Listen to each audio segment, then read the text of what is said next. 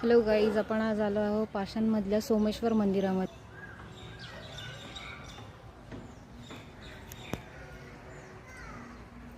पूर्ण दगडांमध्ये बांधलेलं मंदिर आहे शंकराचं।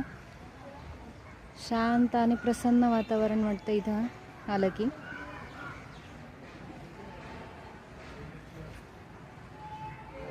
छान चिंचेची झाडं आहेत आणि हे आहे 12 ज्योतिर्लिंगांपैकी वसलेलं हे मंदिर आहेत सगळे।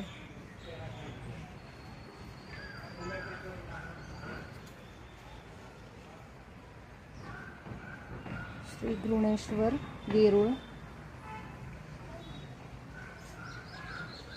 केदारनाथ, हिमालय, उत्तराखंड।